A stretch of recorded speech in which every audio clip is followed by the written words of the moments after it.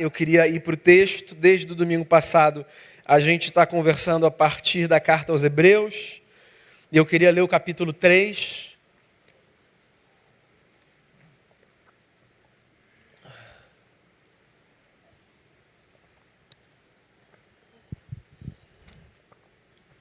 Carta aos Hebreus, capítulo 3.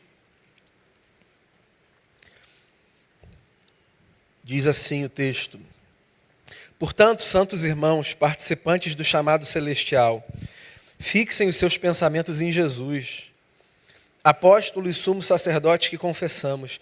Ele foi fiel àquele que o havia constituído, assim como Moisés foi fiel em toda a casa de Deus. Jesus foi considerado digno de maior glória do que Moisés, da mesma forma que o construtor de uma casa tem mais honra do que a própria casa. Pois toda casa é construída por alguém, mas Deus é o edificador de tudo. Moisés foi fiel como servo em toda a casa de Deus, dando testemunho do que haveria de ser dito no futuro. Mas Cristo é fiel como filho sobre a casa de Deus. E esta casa somos nós, se é que nos apegamos firmemente à confiança e à esperança da qual nos gloriamos. Assim como diz o Espírito Santo, hoje, se vocês ouvirem a sua voz, não endureçam o coração como na rebelião, durante o tempo da provação no deserto, onde os seus antepassados me tentaram, pondo-me à prova, apesar de durante 40 anos terem visto o que eu fiz. Por isso fiquei irado contra aquela geração e disse: o seu coração está sempre se desviando, e eles não reconheceram os meus caminhos. Assim jurei na minha ira, jamais entrarão no meu descanso.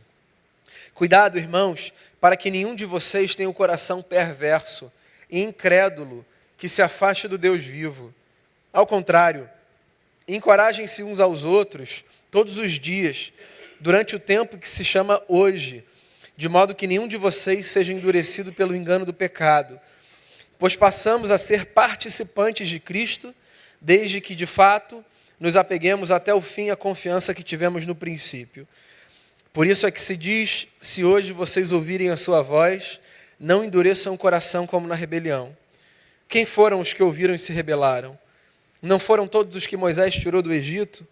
Contra quem Deus esteve irado durante 40 anos?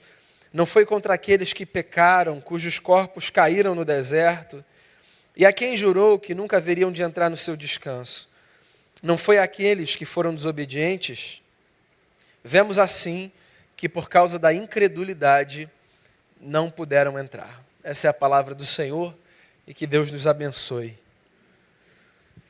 Acho que todo mundo tem os seus personagens favoritos, certo? Desde a infância.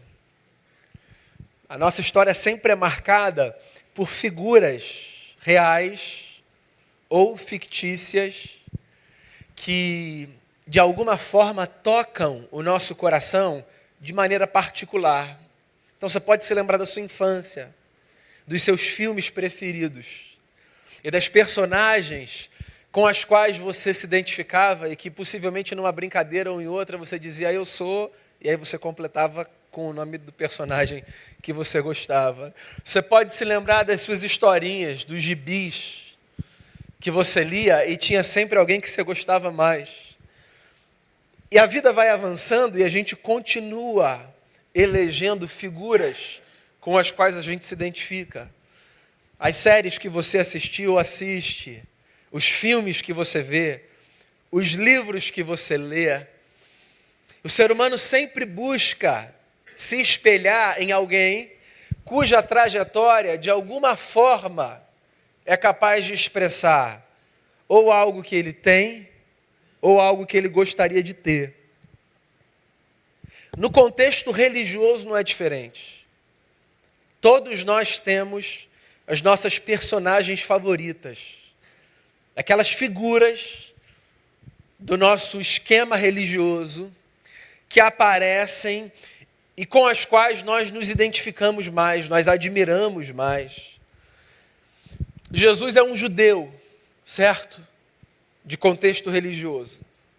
E no contexto de Jesus, por mais que as nossas opiniões sejam diversas, nas nossas predileções, no contexto de Jesus, certamente havia algumas personagens que seriam tidas como figuras carimbadas na lista dos top 3 ou top 5? E aí eu poderia pensar em algumas, por exemplo. Seguramente Abraão, para o contexto judaico de Jesus, seria uma figurinha repetida na pergunta: quem é sua personagem favorita? Abraão, o pai da fé. O homem a partir de quem a história de um povo começou. É possível que você ouvisse também, se perguntasse a um judeu do contexto de Jesus, o nome de Davi, o grande rei de Israel, autor de boa parte das canções que há no saltério bíblico. Certamente um outro nome que apareceria como nome de destaque seria o nome de Moisés. Porque Moisés foi, e eu imagino que você saiba disso, uma figura muito ímpar. Não apenas para a tradição judaica, da qual Jesus fazia parte, como também para a tradição cristã, da qual nós fazemos parte. E não é sem motivo que Moisés seguramente é tratado como uma das personagens favoritas de um povo. É possível, inclusive, que Moisés seja sua, eu não sei. Pensa comigo. Moisés foi o libertador de um povo que passou 400 anos no cativeiro egípcio. 400 anos debaixo de escravidão. Esse é o homem que é usado por Deus para tirar um povo de um domínio que qualquer pessoa que olhasse de fora, com muita tranquilidade no coração, diria: ninguém vai conseguir livrar esse povo das mãos dos egípcios. Os egípcios eram a maior potência do seu tempo. Pois Moisés foi esse libertador da história dessa nação. Moisés também foi o grande legislador do povo de Israel.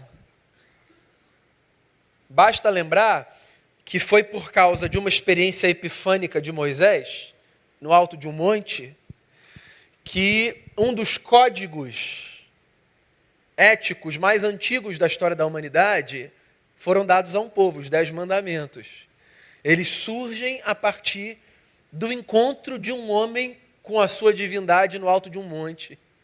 E desce com 2 tábuas, com mandamentos, segundo o texto, escritos pelo dedo de Deus. Moisés também foi responsável pelo desenvolvimento de toda essa lei. Os 10 mandamentos viraram, com o passar do tempo, 613 leis que nortearam a vida de uma nação inteira. E Moisés foi esse sujeito que desenvolveu essas 613 leis, de novo, a partir de uma experiência com Deus. E Moisés também foi, o que talvez nos seja mais importante para essa fala de hoje, uma personagem entre as top 3, por ter sido um grande profeta na história da sua nação. A gente está desde a semana passada conversando sobre o maior sacrifício, sobre a figura de Jesus de Nazaré como aquele que, dentre os homens, ofereceu a Deus um sacrifício inigualável. Eu queria retomar uma fala minha da semana passada, que foi a lembrança de que a história da humanidade, em qualquer civilização, sempre foi e continua sendo marcada por sacrifícios, esforços. E no campo religioso não é diferente. Todos nós nos sacrificamos na família, no trabalho, no casamento, na educação dos filhos, no convívio com os amigos, no convívio social. Dentro de uma perspectiva religiosa, os seres humanos estão o tempo todo oferecendo para as suas respectivas divindades sacrifícios na tentativa de aplacarem a sua sensação de dívida em relação a Deus. E aí Jesus aparece na narrativa bíblica como aquele que ofereceu um sacrifício inigualável. Essa é a tese da carta aos Hebreus.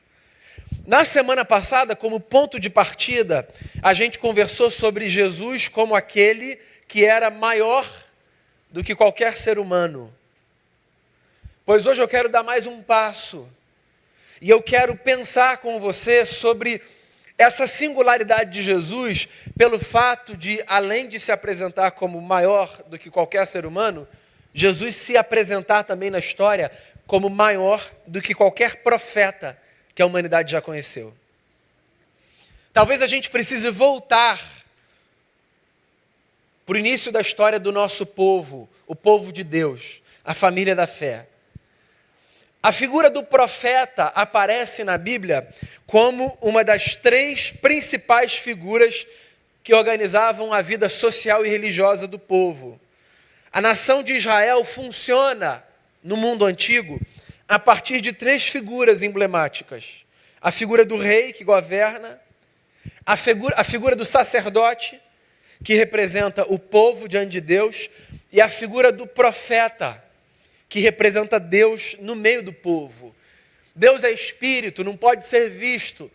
Nem todo mundo tinha o privilégio de falar com ele, como Moisés conversava, como quem conversa com um amigo. E o profeta no meio do povo, ele simboliza essa presença de um Deus que, a despeito de não ser visto nem tocado, se faz presente, conversa, interage. Então você pode imaginar a reputação de um profeta no meio de uma nação que acredita que Deus fala e que acredita que Deus fala a partir daquela gente. Esse negócio é tão forte que mesmo hoje, depois de Jesus, na comunidade religiosa evangélica, se alguém entre nós recebe o estigma de ser o profeta ou a profetisa de Deus, todo mundo sai correndo atrás do irmão ou da irmã na expectativa de ouvir o que Deus vai falar. Hoje, depois de Jesus, tamanha força da figura profética no meio do povo. É possível que você pense no profeta como sujeito que vai dizer como vai ser a sua vida daqui a 10 dias, 1 ano ou 10 anos. A figura profética aparece no senso comum religioso muito a partir dessa ideia do sujeito que consegue fazer predições em nome de Deus. Então o que acontece no dia a dia é assim: fulano me disse um negócio aí, é melhor eu não ir muito por esse lado, porque Deus deu a ele uma palavra a meu respeito, e o que vai acontecer na minha vida no ano de 2020 e aí vem reticências. Então, a experiência profética evangélica, ela se sustenta a partir da ideia de que o profeta ou a profetisa são aqueles que falam do futuro, que conseguem ver aquilo que não está claro diante dos nossos olhos. E eu não vou dizer a você que na Bíblia o profeta em alguma medida não fazia isso, porque o profeta na Bíblia também fazia isso. Há não poucos relatos na Bíblia, quer no Antigo, quer no Novo Testamento, que falam do profeta como esse sujeito que carrega uma sensibilidade incomum, que ouve Deus e que é capaz de descortinar capítulos da vida que, do ponto de vista histórico e cronológico, ainda não foram descortinados. A gente vê isso na Bíblia. Então, não sou eu que vou dizer que qualquer experiência profética que vá por aí não tem respaldo das Escrituras. No entanto, a figura profética no Antigo Testamento tinha menos a ver com predição futura e mais a ver com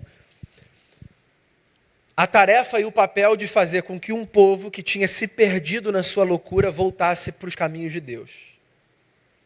Então, o profeta aparece na Bíblia como essa consciência social, essa figura que, por ser sensível a Deus e à lei de Deus, chama o povo, sempre necessário, ao lugar de ordem e de justiça.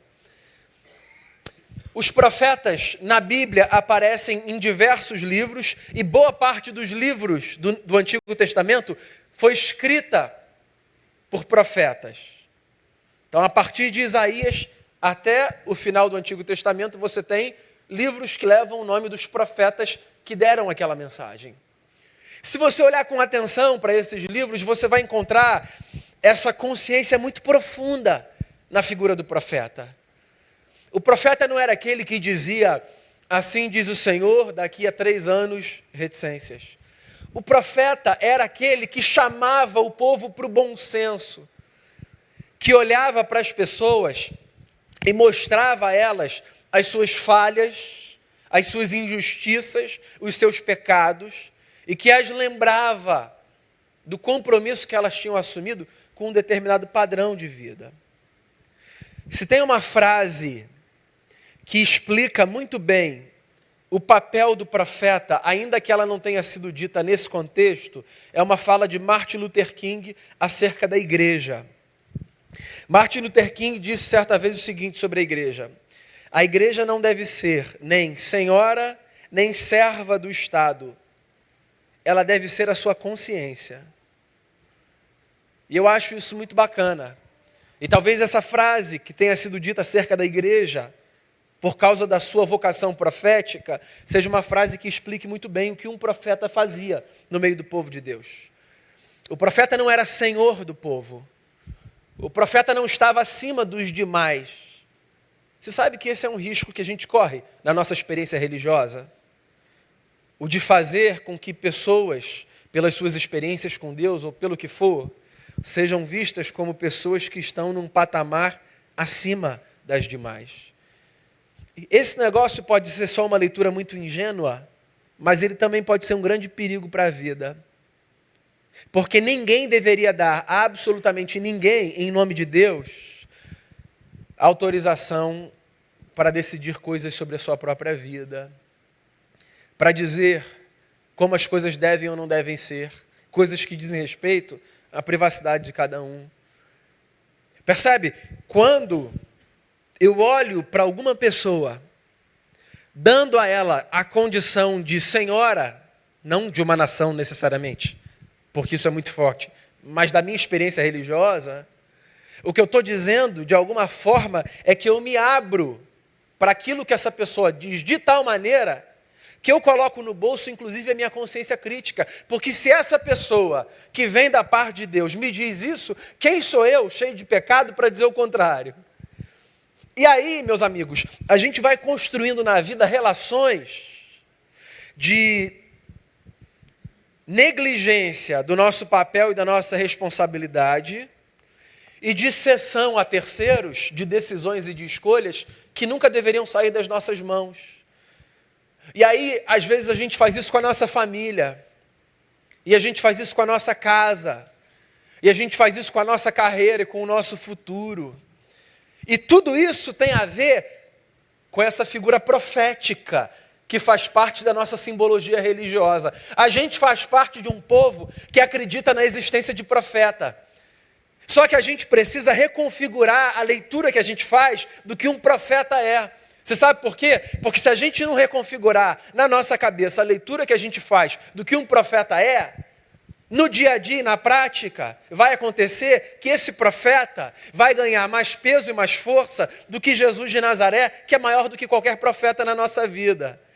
Então a gente precisa ser lembrado, já que a gente quer falar sobre essa experiência mística do lugar do profeta na vida, que se existe um lugar do profeta na vida, do sujeito sensível, do sujeito que ouve Deus, então esse lugar, ele precisa ser o lugar de alguém que está do lado e que no máximo funciona como um irmão ou uma irmã que vai chamar minha consciência para o bom senso. Porque se Martin Luther King tem razão, e eu acho que ele tem, não apenas a igreja, mas cada indivíduo, enquanto parte da igreja, deve ser qualquer coisa menos senhor da história dos outros. Agora, também não deve ser servo. Porque não existe absolutamente ninguém que deva ser tratado pela gente nas nossas relações como pessoas que existem para nos servir. Veja bem, é muito sutil essa diferença. Eu preciso desenvolver a consciência de que eu existo para te servir. Mas você não tem o direito de desenvolver a consciência de que eu existo para te servir. Você entende? No fundo, a gente pode estar falando da mesma coisa. Só que porque as perspectivas são diferentes, isso muda tudo. Eu sei que eu fui chamado por Deus para ser um servo. Você sabe que você foi chamado para Deus para ser um servo. Mas você não tem o direito de dizer para ninguém, você foi chamado para me servir. Tudo que você tem o direito de dizer é, eu fui chamado para servir você. Porque o serviço só faz sentido quando ele parte de uma consciência que sabe que servir é um privilégio, e é um privilégio de quem se percebe livre para tal, e não obrigado a. Tem uma frase do Lacan que eu acho genial. Ele disse assim certa vez, todos nós queremos líderes, mas todos nós queremos líderes que nos obedeçam. É isso aí. A gente desenvolve relações em que, do ponto de vista superficial, a gente até reconhece o lugar do outro, se a gente está falando do lugar do outro como alguém que está numa posição, do ponto de vista hierárquico das organizações, acima do nosso. Mas ai daquele que me lidera, se não fizer exatamente do jeito que eu desejo. Porque se ele fizer desse jeito, que não é o que eu desejo, eu vou lembrá-lo, por mais que ele seja profeta, de que ele está aí para me servir. E essa lembrança é uma lembrança individual, não é uma lembrança relacional. Como que eu lembro o outro de que ele existe para servir? Servindo. E não dizendo você existe para servir. O meu serviço deve ser uma inspiração. Porque mesmo quando eu olho para a figura de um profeta, eu posso olhar de uma tal maneira que no fundo eu diga a ele o seguinte com o meu olhar, ó, Deus te levantou para me servir, Moisés. Imagina Moisés como líder de um povo, como profeta, falando em nome de Deus. Imagina uma gente aflita e angustiada, caminhando pelo deserto, sem saber se o exército de Faraó vai alcançar aquele povo. Uma gente que, se você conhece a história, algumas vezes, não poucas, disse o seguinte para Moisés, chega, vamos voltar. Prefiro morrer escravo no Egito do que passar por essa angústia. Ah, que saudade das cebolas do Egito. Chega. Você está em cima dessa montanha, não desce? Cadê você? Que recebe para ficar aqui do nosso lado. Cadê você, Moisés? Que existe para cuidar da gente. Cadê você? Cuja vocação é ser, a partir do seu lugar de profeta, nosso servo, nos liderando, mas nosso servo. A igreja, enquanto comunidade profética, não é nem senhora nem serva. A igreja é a consciência de um Estado, essa é a fala de Martin Luther King, mas eu não quero nem ir para o campo dessa relação de Estado. Eu quero ir para o micromundo da nossa vida. Consciência. Qualquer um, em alguma medida, pode assumir uma figura profética se esse irmão ou essa irmã age na vida dos seus semelhantes com uma boa consciência, que chama o seu próximo para o bom senso e rearruma a sua história a partir de uma relação justa com Deus e com a sua palavra. Esse era o profeta. E dos profetas do Antigo Testamento, Moisés era o maior. Daí vem o autor da carta aos Hebreus e diz assim, com todo respeito a Moisés, nossa personagem favorita, eu conheço alguém maior do que ele. Jesus.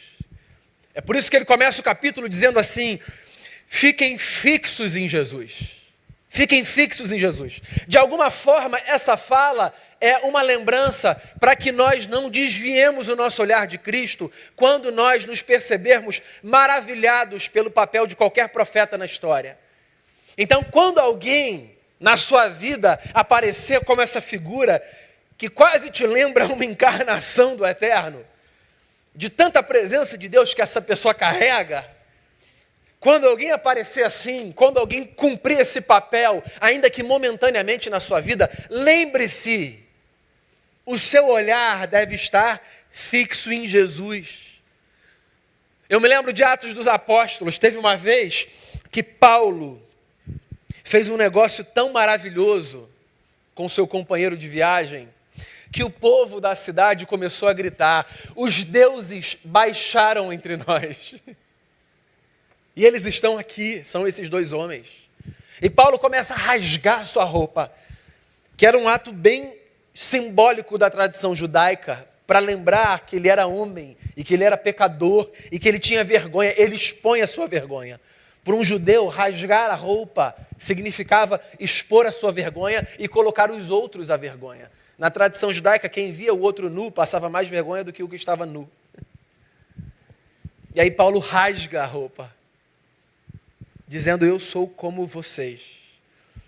Porque é muito fácil na vida a gente olhar para figuras humanas e desviar o nosso olhar de Jesus de Nazaré, o homem que é Deus. Então, seja qual for o lugar que alguém ocupe na sua vida, mantenha o seu olhar fixo em Jesus. Porque Moisés pode ter sido o maior dos profetas, a quem a gente deve honra e gratidão pelo seu legado. Mas Jesus, meus amigos, Jesus é uma figura incomparável. Moisés morre na história, como todos nós um dia morreremos. E quando Moisés morre, Moisés precisa ser sucedido enquanto líder.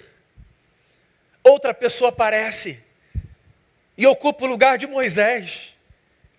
O que deve ter sido um grande desafio, mas o que também deve funcionar como uma espécie de lembrança de que, por maior que seja a síndrome narcísica de um indivíduo, que não é o caso de Moisés, só para ficar muito claro, mas às vezes é o nosso, por maior que seja a síndrome narcísica de um indivíduo, todo mundo pode ser substituído, tá? Todo mundo pode ser substituído. E a gente passa, e outros vêm. E esse é o ciclo da vida. E a gente se lembra da geração passada. E a gente se lembra de 2 gerações atrás. E talvez, num momento ou em outro, a gente fale de 4 gerações para trás. Mas no máximo, talvez, e no máximo de algumas figuras. Porque a vida é isso aí. A vida passa e as pessoas são substituídas. Moisés, inclusive, sendo ele o maior profeta. Jesus é diferente. Jesus foi líder como Moisés foi. Jesus reuniu 12 homens de partidos político-religiosos completamente diferentes, colocou essa gente na mesa, fez essa gente acreditar numa ideia, empoderou essa gente. E por 3 anos essa gente do lado de Jesus fez uma bagunça santa na Palestina. Jesus morre como um homem, mas Jesus ressuscita ao 3º dia. Quem sucedeu Jesus na liderança de um povo? Moisés foi sucedido por um outro homem. Jesus, antes de partir, disse: é necessário que eu dê a minha vida, mas eu a tomarei. Lembrem-se da experiência de Jonas. E olhem para mim. Depois de Jesus, a gente não procura ninguém, a gente não precisa de ninguém. Porque quando a gente tem a consciência de que para a nossa história, Deus nos dá alguém como Jesus, não há outro líder que a gente peça, do ponto de vista de ser alguém que represente a voz de Deus na nossa vida, que não o Nazareno. Então ele ressuscita dos mortos, e ele passa um tempo com os seus amigos, e a sua presença é tão intensa, é tão forte, que quando ele vai para junto do Pai, ele diz assim: eu deixo o meu espírito com vocês. E olha só que coisa louca e linda ao mesmo tempo, isso basta. Jesus é tão superior a Moisés, que a certeza de que o Espírito de Cristo está conosco, nos é suficiente para que a gente continue a caminhar. Porque a gente não está falando de um profeta, a gente está falando de alguém que viveu uma experiência maior do que ser profeta. É por isso que o capítulo termina com o autor dizendo o seguinte: cuidado com o perigo da incredulidade. Se existe uma coisa que nos afasta do eterno, é a incredulidade. E aí veja bem, talvez seja importante eu balizar o que eu quero dizer com isso, porque incrédulos todos somos, certo? E não poucas vezes eu aqui desse púlpito disse e reafirmo que a nossa incredulidade em alguma medida nos aproxima de Deus. Tomé se aproximou de Cristo por causa da sua incredulidade. Foi quando ele disse, eu só acredito se eu tocar, que Jesus disse, então chega aqui perto, meu amigo. Isso não é apenas físico, isso é simbólico. Quando eu não creio, por não conseguir encontrar respostas, eu às vezes me aproximo. Não é dessa incredulidade do dia a dia que o autor da carta aos Hebreus está dizendo. Ele está falando dessa incredulidade que nos serve como um obstáculo para vermos o mundo a partir da perspectiva do reino. A incredulidade do ponto básico da nossa fé, de que Jesus Cristo de Nazaré é muito maior do que um profeta. Você pode ser membro de uma igreja, acreditando que Jesus foi um grande homem, mas você não vai conseguir enxergar o mundo a partir da perspectiva do reino se Jesus for para você só um grande homem. Porque a igreja, do ponto de vista visível, é essa comunidade que se reúne. Mas o povo do reino é o povo que coloca a cabeça ali para fora e vê o mundo de um outro jeito. O povo do reino é esse povo formado por gente que nasceu de novo. E essa gente que nasce de novo é de um tipo que nasce de novo porque olha para Jesus e diz assim, ele é maior do que um homem e ele é maior do que um profeta. Moisés e todos os profetas foram o meio a partir do qual Deus falou a uma gente. Jesus de Nazaré foi o meio e foi a mensagem. A gente comeu do pão e bebeu do cálice antes da mensagem. E eu me lembro de uma das falas mais escandalosas de Jesus, que deixam muito claro que ele foi muito mais do que apenas um profeta. Ele disse assim, para uma gente que não entendeu nada do que ele dizia, se vocês não comerem da minha carne, e se vocês não beberem do meu sangue, vocês não têm parte comigo. O que Jesus estava dizendo? O que ele estava dizendo é que ele era de um tipo de humanidade cheia de divindade, de um tipo cuja experiência com ele só faz sentido se a gente fizer descer o que a gente entende daqui para o que há de mais profundo na nossa vida. Os profetas estão aí. E todos nós, em alguma medida, o somos, quando funcionamos como consciência dos nossos irmãos. Mas sabe de uma coisa? A gente não precisa de profeta para viver. A gente precisa de um Cristo que é maior do que eles. Senhor, não apenas dessa casa, mas da casa que somos cada um de nós. O Deus que nos preenche e através de quem nós conseguimos viver com paz e com alegria. Feche seus olhos. Vamos orar. Vamos agradecer a Jesus.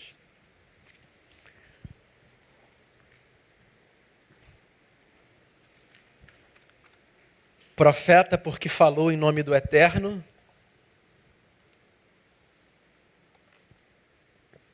Mas mais do que profeta, porque foi Ele mesmo